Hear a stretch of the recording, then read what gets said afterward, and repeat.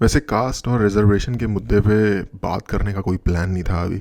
आ, लेकिन एक कमेंट आया है जो कि इंटरेस्टिंग है, और उस पर वैसे तो मैं रिटर्न रिप्लाई देने वाला था, लेकिन क्योंकि उस कमेंट में शेयर करने लायक है, तो अब मैंने सोचा कि एक प्रॉपर वीडियो बनाई जाए जो कि शायद इस एड्रेस को थोड़ा सा कॉन्टेक्स्ट के साथ और थोड़ा सा ऑर्डरली कोहिसिव वे में एड्रेस करने में हेल्प करेगी। तो कमेंट देखते हैं, और मैं कमेंट भी पढ़ूंगा साथ साथ एक बार, और फिर मैं थोड़ा सा हाईलाइट करने की कोशिश करूंगा कि मेरा क्या पर्सपेक्टिव है कास्ट सेंसस के बारे में और रिजर्वेशंस के बारे में, और वो क्यों है और क्यों मैं अग्री नहीं करता इस कमेंटर के साथ।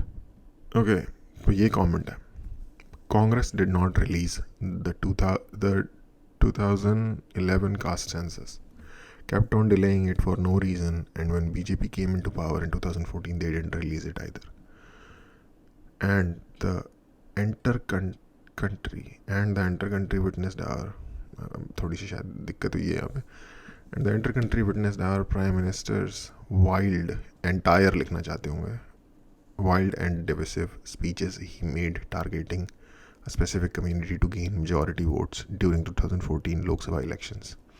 This video felt like it wants to hide the problem of caste and as its solution, because those who oppose caste-based reservation do not oppose so passionately the violent caste-based discrimination that happens across our country every day. Of course एक word नहीं होता, of और course दो different word होते हैं। वैसे तो बहुत सारी प्रॉब्लम्स है, बट ये turn out to be eyes और हाँ। Of course there will be people who would take undue advantage of reservation policies, and just because of that you just cannot strip away these policies from millions of people who desperately needs them. And how are you supposed to do away with these nuanced evils without any caste census data? I have a well-to-do family in my locality who belongs to the lower caste. I know how people perceive and think down upon that family regardless of their monetary advantage. Economic liberation doesn't necessarily bring social change or reform. Okay. तो इन भाई साहब ने कुछ चीज़ें assume की हैं specifically मेरे personal view के बारे में, और थोड़ा सा कॉन्ट्रडिक्शन ही है, थोड़ा सा क्या काफ़ी बड़ा कॉन्ट्रडिक्शन है। इनफैक्ट पूरा का पूरा जो इन्होंने आइडिया पेश किया है ये एक कॉन्ट्रडिक्टरी है इनके खुद के कमेंट के कॉन्टेक्स्ट में। ब्रेक डाउन करते हैं कैसे। इन्होंने कहा कि कांग्रेस ने 2011 में कास्ट सेंसस का बोला था और फिर डिले कर दिया, no reason why BJP and without any reason उन्होंने डिले नहीं दिया कास्ट सेंसस, और फिर बीजेपी केम इनटू पावर 2014 में और वो उन्होंने भी नहीं रिलीज़ किया। एंड ये दो चीज़ें डिफरेंट है वैसे एक दूसरे से। और फिर पूरी कंट्री ने देखा कि कैसे प्राइम मिनिस्टर ने वाइल्ड एंड डिविसिव स्पीचेस दी एक सर्टेन कम्युनिटी मेजॉरिटी गेन करने के बारे में। इसे दो चीज़ें तो सेपरेटली कर लेते हैं एड्रेस। कांग्रेस ने बोला और जब उनकी सरकार आई 2011 में तो उन्होंने नहीं किया। ये कांग्रेस की प्रॉब्लम है दोस्त, मैं तो कांग्रेस के साथ हूँ ही नहीं, तो ये क्वेश्चन आप कांग्रेस से उठाइए। दूसरा, बीजेपी ने नहीं रिलीज़ किया, बीजेपी ने कभी क्लेम ही नहीं किया, वो इस वाले ग्राउंड पे खेल ही नहीं रहे, तो उनका ना रिलीज़ करना ही नहीं बनता था। तो अगेन मूट पॉइंट है। अब ये एक डिफरेंट चीज़ है कि प्राइम मिनिस्टर ने कैसी स्पीचेस दी इलेक्शन के टाइम पे। मेरे ख्याल से प्राइम मिनिस्टर की स्पीचेस से ज़्यादा प्रॉब्लमेटिक मुझे लगी राहुल गांधी की स्पीचेस, क्योंकि राहुल गांधी ना सिर्फ कंट्री का सोशल फैब्रिक तोड़ने वाला स्पीचेस देते हैं। देखो, इंडिया में रिलीजन्स के बीच में स्पेशली दो मेजर रिलीजन जो है इंडिया के, उनके बीच में खटपट रही है शुरू से ही। एक पूरी की पूरी कंट्री, इनफैक्ट दो कंट्रीज़ एग्जिस्टेंस में आ गई, ये उस बात का सबूत है। तो वहाँ पे नो लव लॉस्ट वाला सिचुएशन है बेसिकली। वो कभी बेटर हो जाती है, कभी ख़राब हो जाती है, और बेसिकली उस दुश्मनी का ही फ़ायदा उठा के डिफरेंट पॉलिटिकल पार्टीज़, अगर आपको लगता है कि कांग्रेस ये नहीं करती या समाजवादी पार्टी या लालू की पार्टी या आरजेडी ये जो भी ये सब ये नहीं करते, ममता की पार्टी, तो आप फिर आपको ठीक से यानी कि ऑब्जर्व नहीं कर रहे आप हर किसी को। ये लोग भी इसी पे ही खेलते हैं। इसको कहते हैं वोट बैंक की पॉलिटिक्स बेसिकली। ये क्या है बेसिकली, ये इन्हीं को ही तो ये रैली करते हैं अपने सपोर्ट में, जिनको सो कॉल्ड माइनॉरिटीज़ कहा जाता है। तो चलो आप कह सकते हो कि बीजेपी ने, उसमें भाई मेरा कहना ये है, एक पार्टी या एक ग्रुप ऑफ पार्टीज़ एक सर्टेन कम्युनिटी को ल्योर कर रही है अपनी तरफ, दूसरी पार्टी दूसरी कम्युनिटी को ल्योर कर रही है। पॉलिटिशियन का काम है इलेक्शन जीतना। अगर आइडेंटिटी पॉलिटिक्स सभी कर रहे हैं और एक बंदा नहीं करेगा, वो उनकी जो भी आइडेंटिटी पॉलिटिक्स हो, तो उसका कैसे चलेगा? अगर आपको प्राइम मिनिस्टर की स्पीच डिविसिव लगती है, तो आपको राहुल गांधी की ये स्पीच डिविसिव क्यों नहीं लगती, जब वो एक बंदे को खड़ा करके अपने सामने, पूरी दुनिया के सामने, प्रेस के आगे नंबर्स पढ़ने के लिए और डेटा असेसमेंट करने के लिए बोल रहे हैं, और वो बंदे से इतना वो मतलब घबराया हुआ है कि उससे बेसिक अर्थमेटिक सॉल्यूशंस नहीं दिए जा रहे, और वो बेचारा एक तरीके से उसको पूरी दुनिया के आगे एक तरीके से कि भाई देखो मैं बचाऊंगा तुम्हें, मसीहा बन के आया हूँ मैं, राइट, इस तरीके से पोर्ट्रे कर रहे हैं उस इंसान को। क्या आपने उस कम्युनिटी के लिए रिस्पेक्ट कमा ली? इस तरीके से सोचना इस बारे में। The video world like wants to hide problem caste solution because those oppose caste reservation do not oppose so passionately the violent caste based discrimination that happens। यार मेरे ख्याल से हिंदुस्तान में कोई एक ऐसा इंसान नहीं होगा जिसमें 2 कौड़ी का ब्रेन सेल होगा और वो कास्ट बेस्ड डिस्क्रिमिनेशन जो सोसाइटी के अंदर है उसको अपोज नहीं करता होगा। उसका रीज़न ये है क्योंकि जब तक वो चीज़ है सोसाइटी के अंदर, हम एक कोहिसिव कंट्री बन ही नहीं सकते। कास्ट डिस्क्रिमिनेशन तो छोड़ो, कास्ट के जो कॉन्सेप्ट है उसको हटाने के फेवर में हूँ दोस्त। ये आगे जाके तुमने खुद अपने ही कमेंट में बोला है, लेकिन डिस्क्रिमिनेशन को मैं और फर्वेंटली हटाने के फेवर में हूँ।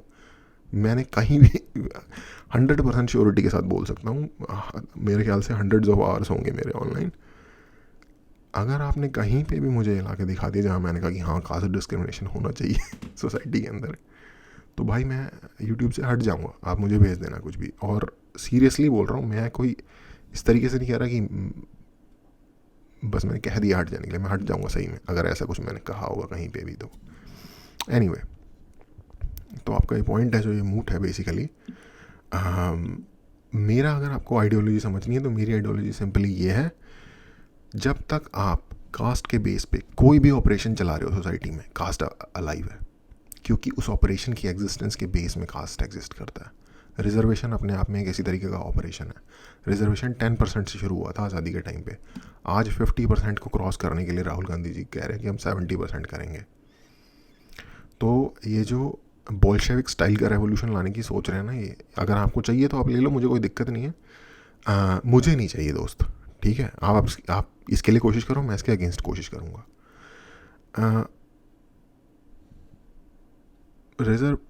मेरी कास्ट के बारे में ये सोचा है, अगेन मैंने बता दिया, कोई भी ऑपरेशन जो कास्ट को इन्वॉल्व करता हो वो कास्ट को लाइव रखने में हेल्प करेगा। गवर्नमेंट का कोई भी एक्शन, कोई भी लॉ, कोई भी कुछ कास्ट से रिलेटेड नहीं होना चाहिए, एक्सेप्ट कि कोई किसी को कास्ट के बेस पर डिस्क्रिमिनेट नहीं कर सकता अपॉर्चुनिटीज़ और बिहेवियर के मामले में। Simple as that.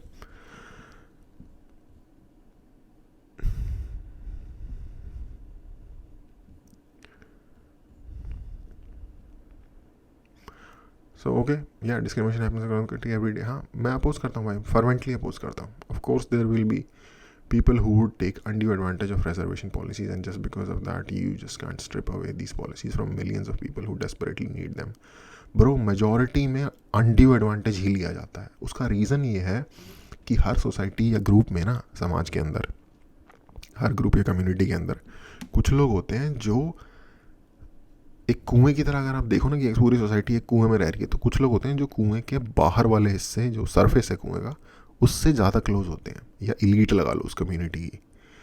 जब भी कोई अपॉर्चुनिटीज़ फ्लोट की जाती हैं किसी कम्युनिटी के लिए, तो वो जो इलीट होता है ना सोसाइटी का, उसके पास उन अपॉर्चुनिटीज़ का एक्सेस फास्टेस्ट होता है, और वो ऑलरेडी उस कम्युनिटी में स्ट्रेंथेंड होते हैं, या like financially well to do होते हैं, और उनके ही पास होती हैं सबसे ज़्यादा अपॉर्चुनिटीज़ का एडवांटेज लेने की चांस, तो वो ही लेते हैं सबसे ज़्यादा एडवांटेज।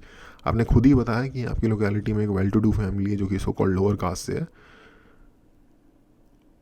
वो सो कॉल्ड लोअर कास्ट से होने के बावजूद भी अगर वेल टू डू है, तो इसका मतलब सोसाइटी में अपॉर्चुनिटी उस तरीके की एग्जिस्ट करती हैं, और ऐसे लोग हैं। बेसिकली। हाँ, जो लोग आइडेंटिटी के बेस पे नहीं, कंडीशन के बेस पे समाज में पिछड़े हुए हैं, यानी कि बेसिकली जिनके पास अपॉर्चुनिटीज़ के साधन नहीं है, उनके लिए एनवायरनमेंट क्रिएट करना, वो मैं एग्री करता हूँ उस चीज़ से। बट आप कह रहे हो कि वो कास्ट के बेस पे होना चाहिए, मैं कह रहा हूँ कि वो इंडिविजुअल या फैमिली या कम्युनिटी की एग्जिस्टिंग हालत के बेस में होना चाहिए। मेरा ये कहना है, उड़ीसा के जंगलों में अगर कोई कम्युनिटी रहती है, या उड़ीसा के बैकवर्ड एरिया में अगर कम्युनिटी, या कि देश किसी भी से किसी भी एरिया में कोई बैकवर्ड कम्युनिटी रहती है जो कि शायद जनरल कास्ट में आती हो, लेकिन ओवरऑल एक बैकवर्ड हालात है, वहाँ इंफ्रास्ट्रक्चर नहीं है, स्कूल नहीं है, मेडिकल एजुकेशन वगैरह की अपॉर्चुनिटीज़ नहीं है, तो वहाँ पे फोकस होना चाहिए। ये है मेरी सिंपल। हरियाणा, राजस्थान बेसिकली ना मेजॉरिटी पॉपुलेशन में SC ST और OBC की कास्ट है। फॉर एग्जांपल गुर्जर, जाट, ये सारी कम्युनिटीज़ यहाँ पे मेजॉरिटी में, STB, मीना, जिस टाइप की जो कम्युनिटीज़ हैं, ये वेल टू डू स्टेट्स हैं रिलेटिवली इंडिया में। गुजरात, राजस्थान, हरियाणा, इनफैक्ट हरियाणा शायद सबसे ज़्यादा है पर कैपिटा GDP में, शायद सेकंड या थर्ड नंबर पे है गोवा के बाद। पर तो यानी कि यहाँ का जो एक लोअर कास्ट का भी एक एवरेज इंसान होगा, वो उड़ीसा या बिहार या झारखंड के अपर कास्ट के भी एक एवरेज इंसान से अच्छे पैसे कमा रहा होगा। पर फिर भी यहाँ के इंसानों को मिली हुई है रिजर्वेशन के थ्रू ज़्यादा अच्छी अपॉर्चुनिटी। अगेन, मैं किसी कम्युनिटी के अगेंस्ट नहीं हूँ, मैं एक ओवरऑल, जो आप सोच रहे हो कि अगर जाति या कास्ट के नाम पे अगर आप दोगे ज़्यादा अपॉर्चुनिटीज़ तो उससे कास्ट सिस्टम मिट जाएगा, ऐसा नहीं होने वाला दोस्त। प्रेजुडिस पैदा हो जाते हैं जब एक अपॉर्चुनिटीज़ का अनइक्वल डिवाइड होता है। एक एक्सपेरिमेंट है, मुझे नाम अभी भूल गया उस एक्सपेरिमेंट का। बेसिकली उसका बेसिक तरीका ये है कि अगर आप दो लोगों को चुनोगे और बोलोगे कि मैं आप दोनों को ये अगर आप कॉम्प्रोमाइज़ करोगे तो मैं आप दोनों को 50-50 रुपये दूंगा, ठीक है, और अगर आप उनको, तो वो दोनों खुश हो जाएंगे। अगर आप उनको बोलोगे कि आप ये एक काम करो, मैं आपको एक को पर्सन ए को अगर आप बोलो कि आप ये सेम काम करो अगले दिन और मैं आपको 100 रुपये दूंगा, और बोलो, और उसको पता चल जाए कि आप दूसरे वाले बंदे को बुला के उसको 200 दे रहे हो दूसरे वाले बंदे को, तो वो पहले वाला बंदा 100 रुपये में काम करके राज़ी नहीं होगा, जबकि उसको पिछले दिन से डबल पैसे मिल रहे हैं। क्यों? क्योंकि वो देखेगा कि सामने वाले को 4 गुना मिल रहे हैं, दूसरे बंदे को आपने 4 गुना दिए हैं। ये एक तरीके की ह्यूमन टेंडेंसी होती है। अगर उसको लग रहा होता है कि मेरे साथ बायस्ड बिहेवियर किया जा रहा है, तो चाहे आप उसको पहले से बेटर टर्म्स भी दो, वो फिर भी उसको रिजेक्ट कर देता है। एक एक्सपेरिमेंट, मुझे नाम ध्यान नहीं आ रहा एक्सपेरिमेंट का, कोई ना कोई कमेंट में बता देगा शायद। Desperately need them. भाई डेस्परेटली नीड हर जाति के लोगों को चाहिए यार, जरूर, और ये भी एक बात है।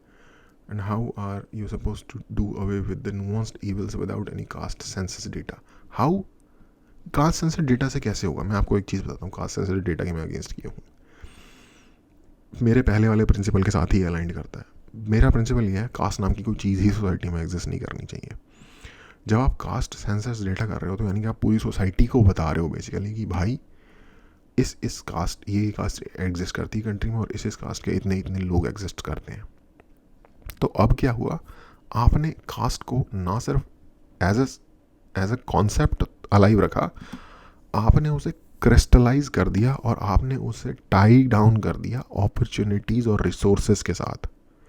तो अब जो लोग हैं ना, वो और ज़्यादा टाइटली होल्ड करने लग जाएंगे इस चीज़ को, अपनी कास्ट को, क्योंकि अब उसका एक डॉक्यूमेंटेशनल या लीगल तो वैसे अभी भी डॉक्यूमेंटेशन अभी भी करता है, लेकिन उनके अंडरस्टैंडिंग के अंदर उनके लिए एक टेंजिबल चीज़ हो गई है अभी ये ऐसे कॉन्सेप्ट है, बट अगर आप इसको क्रिस्टलाइज कर दोगे तो एक टेंजिबल चीज़ में कन्वर्ट हो जाएगी। इसलिए मुझे नहीं लगता ये होना चाहिए। इनफैक्ट जैसा कि मैंने कहा, कास्ट से रिलेटेड कोई भी किसी तरीके की लेजिस्लेशन नहीं होनी चाहिए अनलेस वो अगेंस्ट डिस्क्रिमिनेशन कोई लेजिस्लेशन बनाई जा रही है।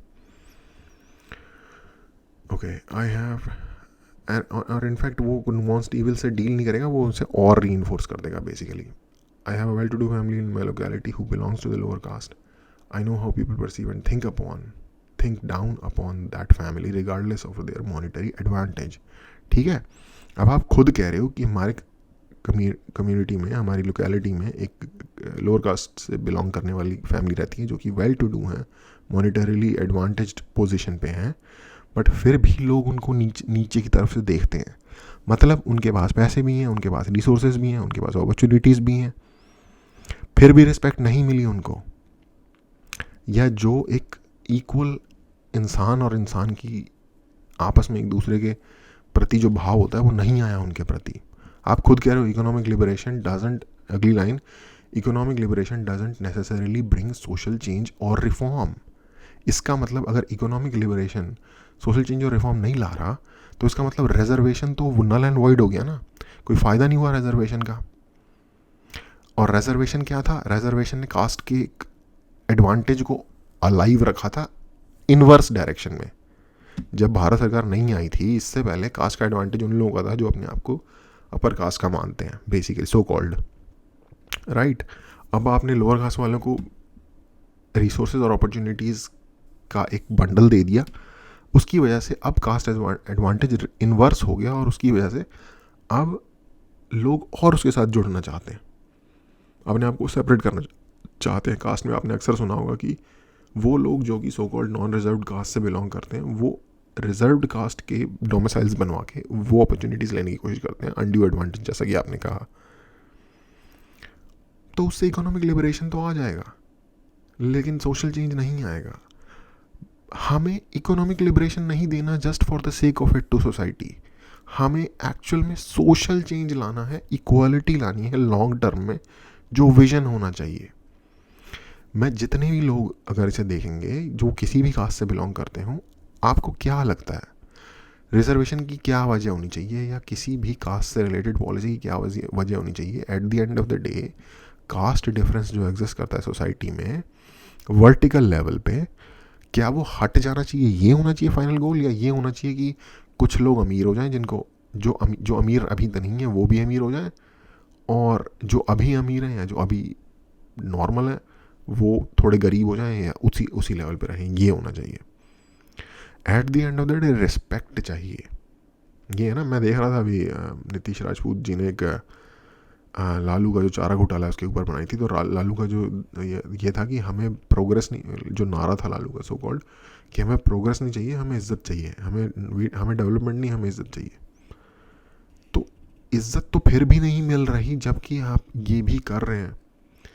और मेरा ये मानना है इज्जत मिलने का एक ही तरीका है, जब आप किसी भी तरीके के गवर्नमेंट, लीगल, सोसाइटल स्ट्रक्चर में, जो एस्टैब्लिश स्ट्रक्चर है, इंडिविजुअल टू इंडिविजुअल डीलिंग्स में नहीं, एस्टैब्लिश सोसाइटी का जो स्ट्रक्चर है उससे आप कास्ट को पूरी तरीके से हटा दोगे और एनफोर्स करोगे समाज को कि किसी भी तरीके का कास्ट डिस्क्रिमिनेशन, किसी भी तरीके के एस्टैब्लिशमेंट में अगर हमने डिटेक्ट किया तो बहुत सीवियर पनिशमेंट होगी उसकी, अगर प्रूव हो गया तो।